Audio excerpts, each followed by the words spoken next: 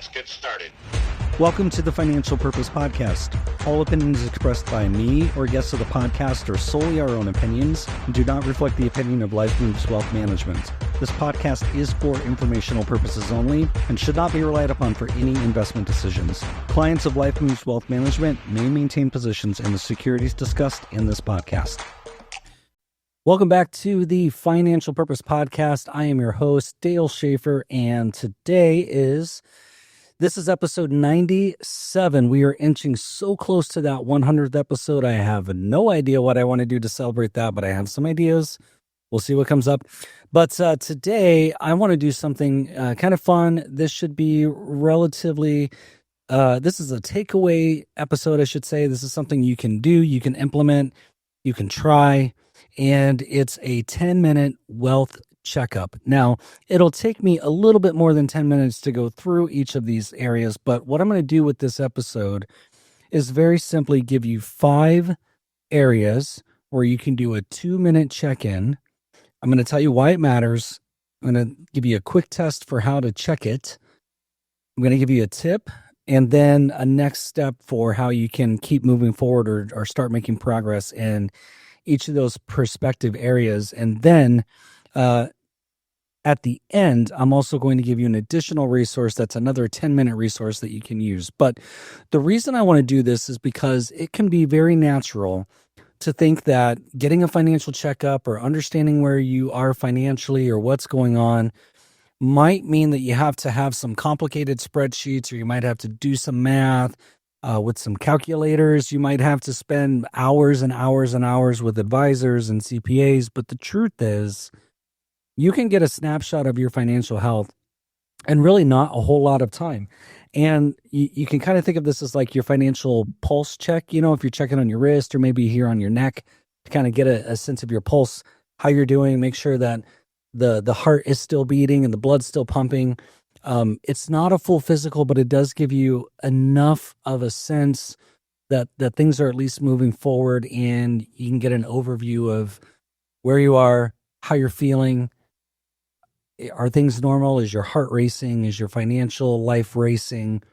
Right? Whatever it is, it'll give you a basis to help you know, I'm on a track. Is it the track I want to be on? And if it is, are we moving in the right direction at the right speed? And where are we headed? And that's really what the crux of financial planning is supposed to do.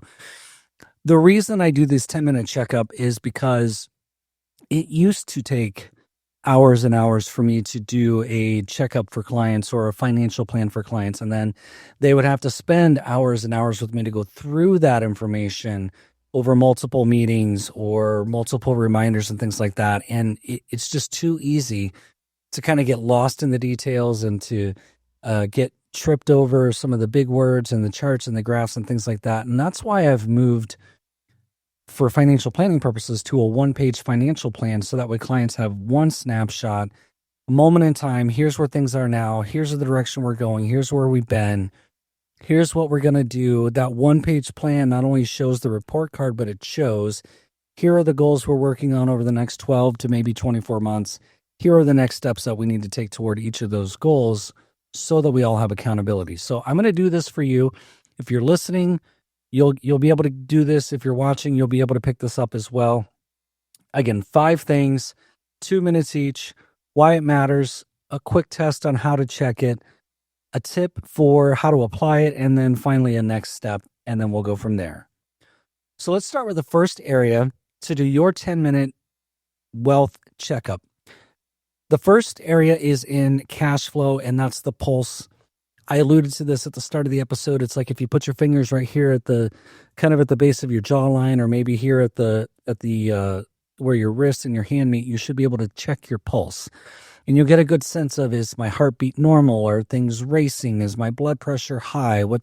Am I anxious? What's going on? And your pulse gives you an indicator of how normally or abnormally things are flowing. When it comes to cash flow is the heartbeat of your finances. I call it the lifeblood of your financial life. If it stops pumping, nothing is going to move forward. It's going to stop working. And so if you think of it this way, with cash flow, We want to have that even, or we want to have it flowing positively. And so if there is more going out than coming in, then you're going to have trouble keeping your pulse running at a normal speed. You're going to have trouble keeping things moving along. So a quick test for this: pull up your banking app, pull up a bank statement, pull up your check register, however you do this, a spreadsheet. Most of us now have some sort of an app that we use to look at our finances. I've used many over the years. The one that I'm currently using is called Copilot, and it's a great little app. If you look for it, it has like a paper airplane, I think, is on the icon. And I'm just going to check that real quick to make sure that I'm not making stuff up. And it is, yes, it's like a little, it's not an airplane. It's more like a compass arrow kind of pointing to like the northeast. So anyway, you'll find it. Copilot is the name of it. But anyway, pull up that app, pull up your statements, check how your balances went month over month. So if your balance in all of your bank accounts and your investment accounts is higher than it was at the start of a month ago, or since we're kind of in the middle of August, maybe pull this up for the prior month. Did my account balances overall go up, or did they go down? If they went down, let's talk about why. So maybe there's an issue. Maybe it was a one-off outflow. Maybe you had an unexpected expense, something like that. You always want to put context to numbers, because numbers alone do not tell a story and actually can make things hard to understand, to progress, to move forward, to maintain good emotion around. So give the number a context. If this happened, why did it happen? If my balances went up, what happened? Did I save more money? Did I put more money into the investment account? Did we get a good return? Did I hang on to cash? Did I forget to pay a bill? Or truly, did I get a raise, right? So what happened to have more money in the account at the end of the month? If you spent less, good for you. That's positive cash flow movement. So that's what you want to check for. Now, for business owners, real quick, a tip is don't confuse revenue with profit. If you're looking at it from a total cash flow standpoint, you want to make sure that you understand the difference, because sometimes you can have a lot of money come in and more expenses go out, just like on your personal side. And that does not mean that you're going to be profitable. So more money in the bank account does not necessarily mean profit. And it's the same thing with your personal expenses. More money in the bank account does not necessarily mean that you're wealthier or that your net worth is growing. So you want to track this and have good understanding of what's going on. So as a next step, track your spending. This is a headache, but do it. It does wonders for awareness of where money is going. You'd be surprised, I think, because I always am when I track this very specifically. I'm always surprised where money ends up flowing to. That I'm like, man, why did I do that? Like, I know it was only a couple of dollars or not a lot of money at the time, but did I need that? Am I still using that thing? Am I still wearing that shirt that I had to have 9 months ago? Whatever it is, you really will be surprised how much money flows. So you can do it with a simple notepad. You can do it with a phone app. You can do it with a spreadsheet. You can do it through your ledger. However you want to do it, categorize your expenses, track them, and see what patterns come up. I started doing this. The first time I did this, I remember, was the first time I did this in earnest was I read Darren Hardy's book, The Compound Effect, back in 2012, I think it was. And one of the compound effect items that he talked about was a spending ledger. And he carried a little notepad around in his back pocket. And every time he got a cup of coffee or a snack or a sandwich or bought a shirt or whatever, he would write it down. And when he got kind of near the end of the 30 days, he was so sick of writing things down that he just stopped spending money.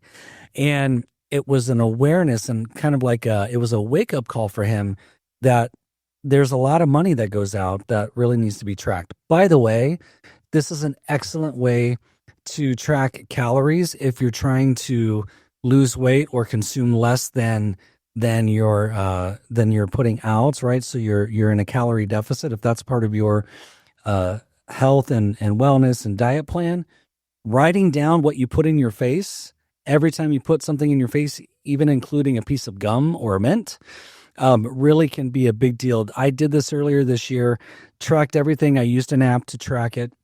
And everything I ate, I had to open that app. I had to find it. I had to make sure it was the correct calorie count and it had all the micro and macronutrients, and then save it. And then at the end of the day, it would give me a total calorie count. And then it also was tracking everything that I burned, either through walking or cycling or whatever it was that I'm doing. And what's really interesting is that for me, for my body, calorie deficit or caloric deficit is a great way for me to shed weight. And so it all comes with tracking, because it's easy to burn through 2,000 or 2,200 calories in a day. It's also very easy to blow through multiple thousands of dollars in your bank account every month. All right, the second area where you can do a quick 10-minute wealth checkup is an emergency readiness. Now, why it matters is because life happens, and it happens fast, and it is often unplanned. So things like job changes and medical bills, a slow month in business or a slow month in commissions, or you have to take a pay cut for a period of time, or something like that. An emergency fund helps keeping those kinds of surprises from turning into disasters when something happens. So this is all about having a cash reserve account. I talk a lot about cash reserve as part of your total net worth. So the efficiency with cash reserve is really where the magic happens, right? So cash reserve and cash flow work very well together.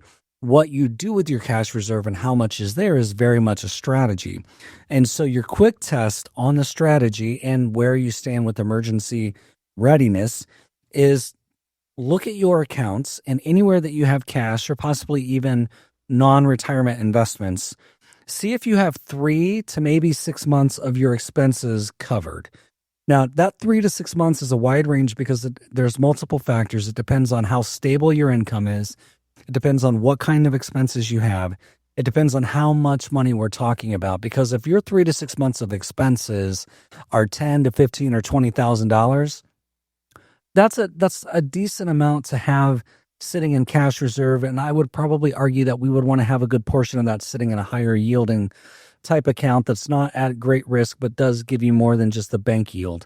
But if your 3 to 6 months of expenses are higher than that, if they're 30, 40, 50, 60, $100,000, and this can happen in personal, I've seen this in personal financials. I definitely see this in business financials. But if that's the case, do the math. 3 to 6 months of that's an awful lot of cash that, number one, takes forever to save for a lot of people and for a lot of businesses, or number two, is an extremely high cash balance that is sitting and really becoming ineffective.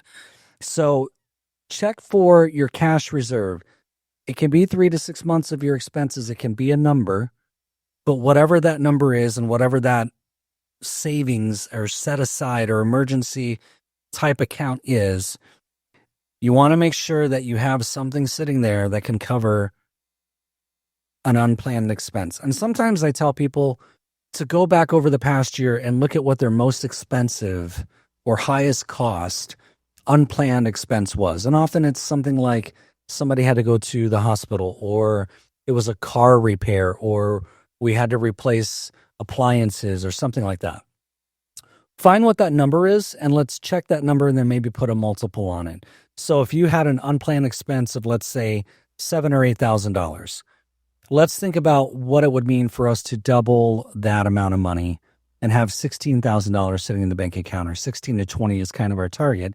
Anything above $20,000, we need to put to work somewhere else, doing something else, returning some other type of return other than cash.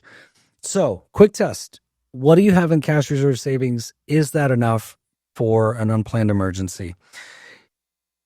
Insight here, or tip, is that even a small amount of money is better than no amount of money that's sitting aside.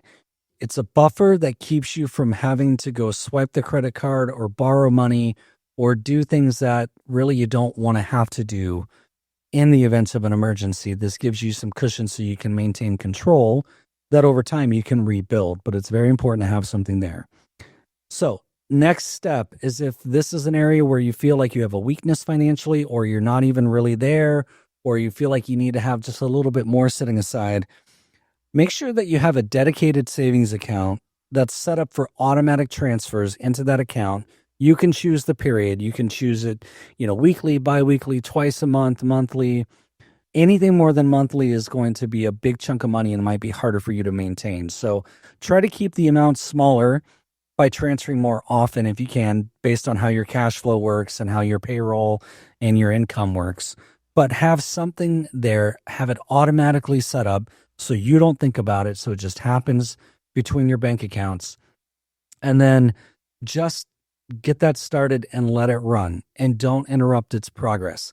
Once you reach a certain amount, and if you want tips or advice or thoughts around what that certain amount is, I'd be happy to share some opinions. I need to know a little more about your situation, but there is a number there where it makes sense to then say, okay, once you reach this point, maybe it's halfway to your goal, or maybe it's 75, or maybe it's 25% of your goal, or 30% of your goal. The rest of it gets transferred to a high yield savings account that may be a day or two out of reach, but at least it's liquid, it's available, it's earning a higher yield. And then once you get above that amount, let's talk about investing. But build the habit first. This is part of the compound effect. Build the habit, let it go incrementally, pick the increments and the periods and the frequency of the transfer that's right for you, but just get started and then let that do its thing. All right, the third area where you can do a 10-minute wealth checkup is in a debt check. And this is the one that nobody likes to do, but here's why it matters. Not all debt is bad. I'm saying that as a financial planner. There are other people in the world who have a bigger microphone than I do. Literally, I think some of those microphones are like, I don't know, 4 times the size of this one. But they're big microphones. They have a big audience. They have a big reach. They'll tell you that all debt is bad. I'm going to tell you that not all debt is bad. But high interest debt that's held over a long period of time is like running a marathon with a chain attached to your leg and a weight behind it. It's incredibly difficult to do. Now, could be good for training, right? It could be like wearing a rucksack or something, or putting, leg weights on. But this is like dragging a ball and chain and having to run a 10-minute or less mile. It's just going to be incredibly difficult for you to be able to get anywhere. So as the quick test for this one, write down the interest rate on your highest loan or credit card. And if you don't know what your highest interest rate is, take the extra couple of minutes to go through each of your accounts and find it. Think of it as like a treasure hunt. And your treasure that you will find is which one needs to be prioritized to be knocked down. So whatever that highest interest rate is, if you have the highest balance there, let's focus on that. That would be called the avalanche approach to debt payoff, which is where you start with the highest interest debt, you pay that off, and then you go to the next highest and the next highest, and then so on. You probably have also heard of the snowball, which is the opposite of that, which is where you start with whichever one has the lowest dollar balance, pay that off, and then use all the money that you were paying that off to then apply to the next biggest one, and then the next biggest one, and so on. So find the one with the highest interest and pay that off so you can get rid of that leg weight. You can run faster. Now, a tip here, and this is specifically for business owners, is to watch for what we call hidden debt. And these are unpaid liabilities like payroll taxes or credit lines with vendors or extended terms on products or something like that. That is debt that's on your balance sheet. It's on their balance sheet as a collectible. And so you need to be able to manage that, know that it's there, understand what the terms are. And if those are getting out of control, those can snowball really, really quickly if they're ignored. So make sure that you're including those kinds of ancillary, ancillary is maybe the right way to say that, ancillary debts that you owe to the state or to a vendor or something like that. Okay, next step on this one that anybody can do is, as I said, list your debts from highest to lowest, commit to paying extra on the highest one each month. while making minimum payments on the rest. So that's a strategy. If debt payoff is a big concern, what you do is pick the one that's the most out of control or has the highest balance or has the highest interest rate. In this particular example, we're talking about the highest interest rate. So we're going to use the avalanche method of debt payoff. Pick the one with the highest interest rate, put as much energy to that one as you can, and pay the minimums on everything else, which can be really hard to do because what happens is those credit card balances start growing as well. So you have to do this strategically and you have to stay on top of it. If you're concerned about debt and you want to get aggressive, this can be a really great way to do it. The fourth way that you can run a 10-minute wealth checkup is in your retirement and future savings. Now, why this matters is because building wealth isn't just about today. Building wealth is about creating freedom for you in the future, for your future self, and your future self will love you very much for doing so. So as a quick test for this, write down how much money you are saving toward your future self, toward retirement, whatever that means to you. But in a retirement type account or in a 401k or in some sort of brokerage account, however you're saving for yourself. Maybe the way that you're building retirement assets is through real estate and businesses. Whatever it is, do an assessment of how much you're able to contribute into those. Now, this is going to be much harder if you're using hard assets like real estate or businesses because those are illiquid and you're probably not putting defined amounts. So for those, for this example, I'm going to ignore those two. We're just talking about retirement accounts. How much are you able to put away based on a percentage of your income every month? So if you have a 401k, if you have a solo 401k, if you have a SEP IRA, if you have a individual IRA, how much money as a percentage of your income are you putting in? Is it 5%? Is it 10? Is it 15? Is it 20? Whatever it is, write that down.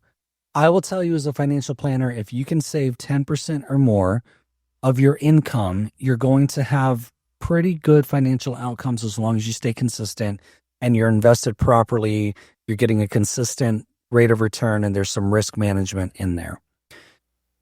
Once you're saving 15% or 20% or even more, you're going to have fantastic outcomes. Again, provided that you can maintain it and it's consistent and you're getting a consistent risk-adjusted rate of return. But if you're not saving at all, start now, and even starting with something low, like even just 5% or 3%, just getting started. And even if you start low, just say, I'm going to start with 3% this year. And on January 1st, I'm going to increase it to 4%. And then I'm going to say 4% all year. And then on January 1st of next year, I'm going to increase it to 5% or 6%. And you can stress test this in your cash flow because retirement savings and how much you put in is a cash flow question. If you don't have enough cash flow, it's going to be hard to save. If you don't have enough cash flow, it's going to be hard to save and pay your expenses appropriately. And so we want to make sure that the cash flow is flowing and healthy so that way you can save. So figure this out. And as a next step, do exactly what I just said. Increase your savings by 1% every year. Or if you really want to get like aggressive and start moving forward, do it this month. So whatever you're currently saving, whatever number you wrote down, increase it by 1% right now and see if you notice a difference. My guess is you probably won't because it's only 1%. It's not that much money in terms of dollars and cents. And if that feels comfortable, then challenge yourself maybe next month. Could you increase it again by another 1%? And if you want to get aggressive about savings, these little compound decisions are the way to do it. Okay, the fifth way that you can run a 10-minute wealth checkup for yourself is in your protection and risk management. Why it matters is because financial health is not only about growing wealth. I know that's where we put a lot of the focus, growing wealth, controlling cash flow, paying off debt, using debt or leverage only if it gives you assets that you can monetize, right? That kind of thing. But a large part and a significant part and arguably one of the most important parts of building wealth is protecting it because it's easy to erode. It's easy to get taken from you by legal action for lawsuits and liability and things like that. Or another way that this happens is, and I talked about this a couple of episodes ago, is if you don't have your beneficiary designations correct, or if your money that you have going to different things in your trust or even in your will is subject to, if it's your will, it's subject to probate. If it's your trust, or is it the right people who are managing this, and is it the right people who the money's going to, and are those things updated and whatever. So we've got to protect what you've built. That's an important step. So as a quick test, think about things where you might have an exposure to risk. So do you have life insurance? Do you have disability insurance? And do you need disability insurance? Do you have any kind of estate plan? A will, trust, POAs, healthcare directives? Do you have any of that in place? If you own a business and you have multiple partners, do you have a buy-sell agreement in place? Do you have a continuity plan for if something happens? Do you have an emergency preparedness plan in case natural disaster takes out part of your operation? Can you continue to operate? Right? Think about all of those things. Does your net worth exceed the coverage that you have for things like your homeowner's insurance? So, for example, if your net worth is more than $1 million and you have only $500,000 of coverage for liability, you're going to potentially have a legal issue there where part of your assets are going to be stripped away if you get sued. So do you have the correct umbrella liability coverage?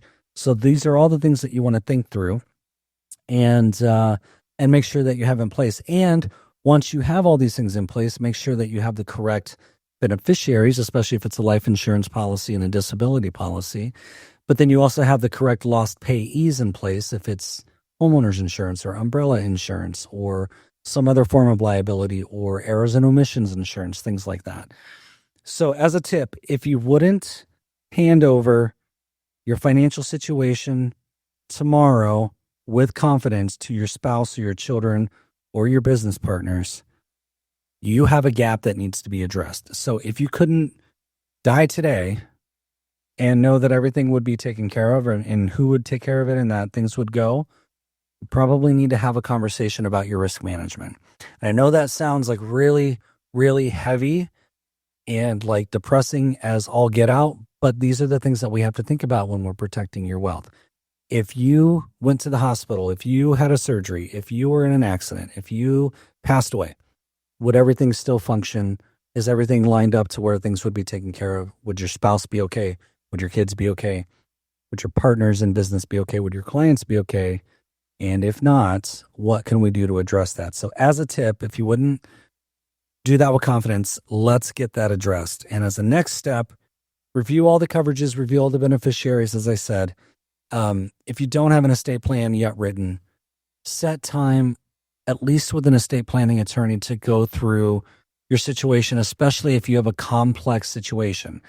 Now, how I define complex situation with an estate plan is if you own a home, if you earn more than $250,000 to $300,000 of combined income in the house, if you have retirement accounts, investment accounts, life insurance, and a business, that's complex and you need somebody who can help you. Please don't try to do this by yourself online with a cheap rocket legal whatever, and I hope not.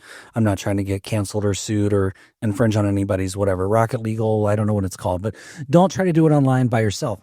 Maybe you can go to trustandwill.com where they have qualified attorneys who can help you through that process, and it's an inexpensive way to do simple estate planning. But if you have any of those complexities and you have multiple children, if you have a blended family, you definitely need an attorney who can help you sort through all the factors.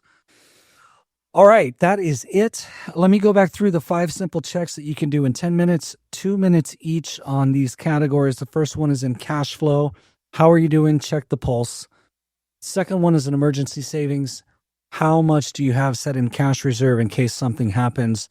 Are you prepared for an emergency? Debt checkup. This is where you understand where are you paying the most toward your liabilities? What are your highest interest debts? How much of your debt load is allocated to the highest interest? And where can you be strategic with attacking that debt so you can get your cash flow healthy again?